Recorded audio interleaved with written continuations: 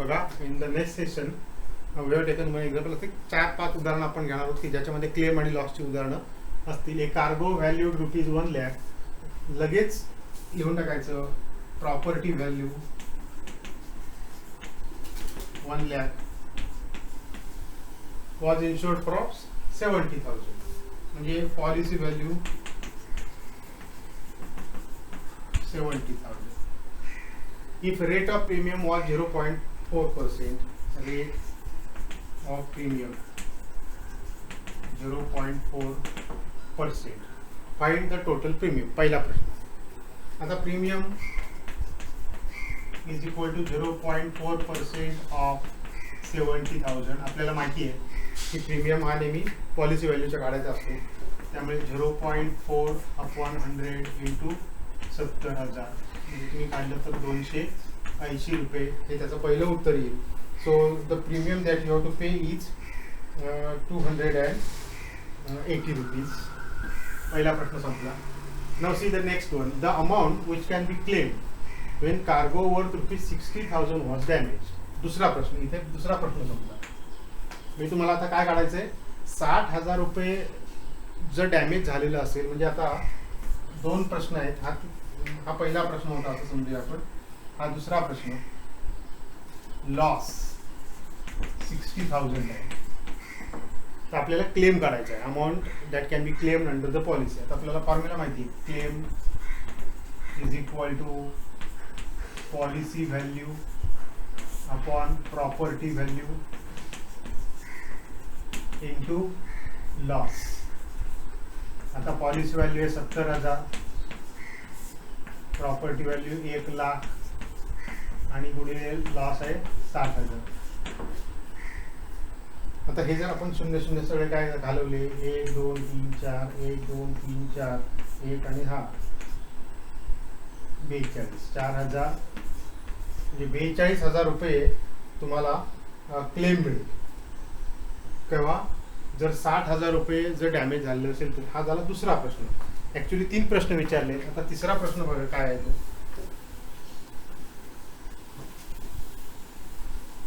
काढायचा आहे क्लेमच, पण लॉस नुसता 60,000 झालेला नाही, तर 60,000च्या पलीकडे अजून काही लॉस झाला आहे. Amount if 60,000 is totally damaged and in addition the remaining cargo. आता बघा, damage so that it reduce to the value of 40%. म्हणजे आता आपण लॉस काढतोय. टोटल लॉस आहे 60,000 प्लस अजून सुद्धा काही लॉस झालाय 40% रिड्यूस टू 40%. म्हणजे 40% शिल्लक राहिला. म्हणजे किती लॉस झाला, तर 60% झाला. 60% ऑफ रिमेनिंग व्हॅल्यू. आता एक टोटल व्हॅल्यू आहे ₹1,00,000. 60,000चा पूर्ण लॉस झालेलाच आहे, म्हणजे उरलेली व्हॅल्यू ₹40,000. ही थोडी भाषा आपल्याला फक्त कळली पाहिजे. म्हणजे हे ₹60,000 आणि हे 40,000च्या 60% म्हणजे मला वाटतं तुम्हाला बहुतेक कळलं असेल की ते ₹24,000 येईल. आणि टोटल आहे ती ₹84,000. हा झाला तुमचा टोटल लॉस आहे, म्हणजे दुसऱ्या उदाहरणातला. आता आपल्याला क्लेम काढायचा आहे. प्रश्न मागाचा तोच आहे. मग क्लेम इज इक्वल टू 70,000 भागिले 1,00,000 गुणिले आता 84,000. कॅल्क्युलेशन केलं आपण मगाच्या सारखं, तर तुमचं उत्तर येईल 44,800. म्हणजे मगाचा जो क्लेम आहे त्यापेक्षा थोडा क्लेम जास्त मिळेल, कारण तुमचा लॉस पण जास्त झाला. म्हणजे आता ह्याच्यात पुढे फक्त वेगळंच असतं. एकच फॉर्म्युला आपल्याला माहिती आहे, तो policy value upon property value into the loss. Loss फक्त आपल्याला उदाहरणातला नीट वाचून समजला पाहिजे, म्हणजे आपल्याला खूप उदाहरण सोडवता येईल. बघा, आता पुढचं उदाहरण आहे. आता याच्या इतकं स्ट्रेट फॉरवर्ड उदाहरण ते काय असणार. ए कार वर्थ ₹5,40,000 वॉज इन्शुर्ड फॉर ₹4,50,000. हे सरळ सरळ दोन्ही किमती तुम्हाला दिलेल्या आहेत. प्रॉपर्टी व्हॅल्यू दिलेली आहे, पॉलिसी व्हॅल्यू दिलेली आहे. And it was damage to the extent of ₹2,40,000. Find in an accident, find the amount of claim that can be claimed under the policy. म्हणजे आता डायरेक्ट आहे, ती प्रीमियम वगैरे काही भानगड नाही, तुम्ही लिहू शकता. गिवन लिहायचं 3, पहिल्यांदा प्रॉपर्टी व्हॅल्यू लिहायची, मग पॉलिसी व्हॅल्यू लिहायची, मग लॉस लिहायचा. लॉस तर डायरेक्ट दिलेला आहे, आता फक्त क्लेम काढायचा आहे. म्हणजे तुम्ही फॉर्म्युला लिहू शकता, फॉर्म्युला मात्र लिहायचा. लक्षात ठेवा, कुठल्याही उदाहरणामध्ये फॉर्म्युला लिहिल्याशिवाय व्हॅल्यूज घालायचे नाहीत. Policy value upon property value into loss. आता पॉलिसी व्हॅल्यू आहे 4,50,000, प्रॉपर्टी व्हॅल्यू आहे 5,40,000 आणि तुमचा लॉस आहे 2,40,000. सगळं घालवलं तर तुमच्या लक्षात येईल की 9×5=45, 9×7=54, म्हणजे 5/6 गुणिले 24. आणि हेच समजा आपण घालवल्याचं गृहीत धरा, हे नाही घालवले तर 6×4=24 म्हणजे 40,000 येईल. म्हणजे 5×4=20 म्हणजे 2,00,000 रुपये तुम्हाला मिळते. म्हणजे हे तर अगदी स्ट्रेट फॉरवर्ड एक्झाम्पल आहे, याच्यात फारसं काय नाही. क्लेम तुमचं 2,40,000 नुकसान झालं तर तुम्हाला 2,00,000 रुपये मिळतील. साधारणतः लक्षात ठेवा, जेव्हा प्रॉपर्टी व्हॅल्यूपेक्षा पॉलिसी व्हॅल्यू कमी असते तेव्हा तुम्हाला लॉस जरी झाला असेल त्याच्यापेक्षा क्लेम पण कमीच मिळते. बघा पुढचं उदाहरण आहे, सगळीच बिल्डिंग आणखी अशी उदाहरणं घेतली. एक लाईफ इन्शुरन्सचं उदाहरण घेतले. A person takes a life policy of ₹2,00,000, म्हणजे इन्शुरन्स व्हॅल्यू 2,00,000 आहे. इथे प्रॉपर्टी व्हॅल्यू आणि इन्शुरन्स व्हॅल्यू अशा वेगवेगळ्या नसतात. लाईफ इन्शुरन्समध्ये डायरेक्ट इन्शुरन्स व्हॅल्यूज असते, कारण आपण म्हणजे आपल्या देहाची किंमत करू शकत नाही. The rate of premium is ₹55 per 1,000 per annum. If average bonus paid during the period is ₹6 per 1,000, what is the net profit to the insured? आता एक गोष्ट लक्षात घ्या, प्रॉफिट काढायचं आहे म्हणजे त्याने भरलेले पैसे पहिल्यांदा आपल्याला काढायचे आणि मग त्याला मिळालेले पैसे काढायचे. त्याने दोघातला डिफरन्स असेल तर प्रॉफिट असेल. आता त्याने भरलेले पैसे म्हणजे काय, तो काय भरणार आहे, तर तो प्रीमियम भरणार आहे. तर प्रीमियमचा रेट दिला आहे, त्याच्यावर आपण पहिल्यांदा प्रीमियम काढू. So premium is equal to ₹55 per 1,000 means 55/1000. तो रेटच आहे, फक्त नॉर्मल रेट पर्सेंटमध्ये असतो, हा 1000मध्ये आहे. तो पर ॲनम म्हणजे एका वर्षाचा आहे आणि 2,00,000ची पॉलिसी आहे, त्यामुळे इंटू 2,00,000 1 2 3 1 2 3 200 गुणिले 55 केलं तर तुम्हाला साधारण 11,000 रुपये दरवर्षी भरावे लागतात प्रीमियम म्हणून. आता ही पॉलिसी किती वर्षाची आहे बघा,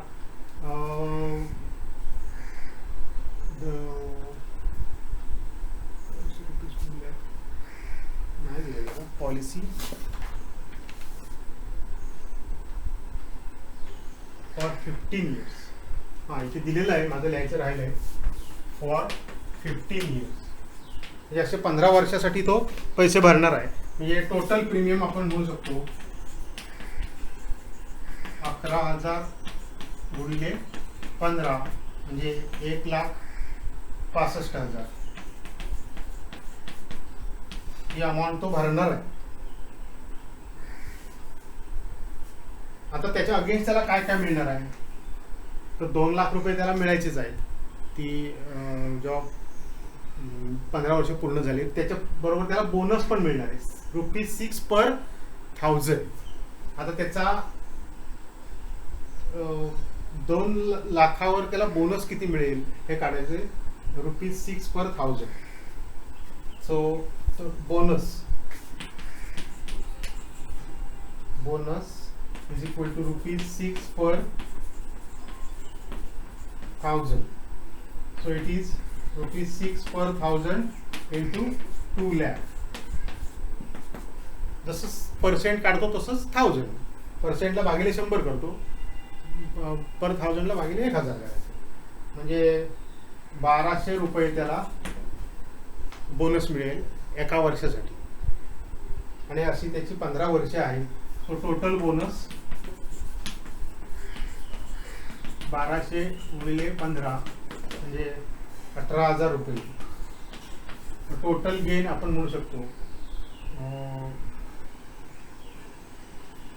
टोटल गेन 2 लाख अधिक 18,000 म्हणजे 2,18,000. आणि आता त्याला बेनिफिट काय मिळालं ते बघता येईल तुम्हाला. 2,18,000 त्याला मिळाले आणि त्याला भरायला लागले 1,65,000 रुपये.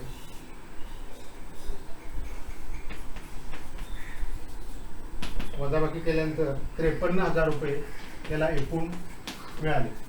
तर जरासं उदाहरण वेगळं होतं म्हणून घेतलं, बाकी काय नाही. नॉर्मली आपल्याला मिळतात, इथे आपल्याला मिळतात पण आपण भरतो पण. बाकीच्या इन्शुरन्समध्ये आपण भरलेले पैसे आपल्याला परत कधीच मिळत नाही. Okay, thank you. बघा next example. A building is insured for 75% of its value. The annual premium at 70% amounts to 2625. So premium is given 2625. Rate is 0.70%. ये 70 पैसे म्हणजे 70 रुपीज 0.70% अमाऊंट रुपीज. म्हणजे आपण ह्याच्यावरून काय काढू शकतो तर पॉलिसी व्हॅल्यू काढू शकतो. Hence premium is equal to 0.70% of policy value. The premium दिलेला आहे 2625 is equal to 7.70 upon 100 into policy value. Hence policy value is equal to 2625 into 100 upon 0.7. आता थोडं कॅल्क्युलेशन केलं की मी कॅल्क्युलेशन केलं आहे, तुम्हाला डायरेक्ट सांगतो किती येऊ शकेल ती.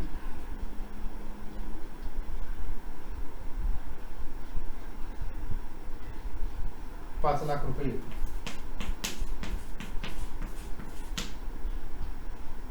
Sorry 3,75,000.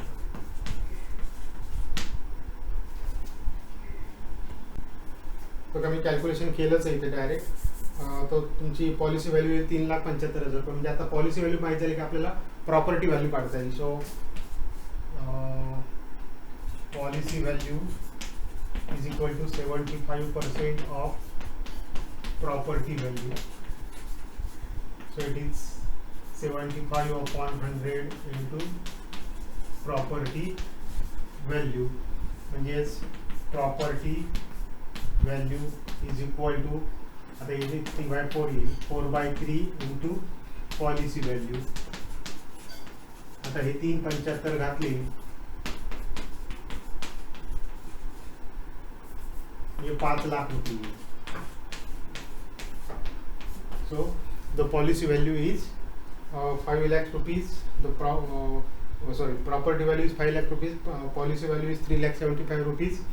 Premium is known. And now see what do you want to find. Fire damage the building to the extent of 60% of its value.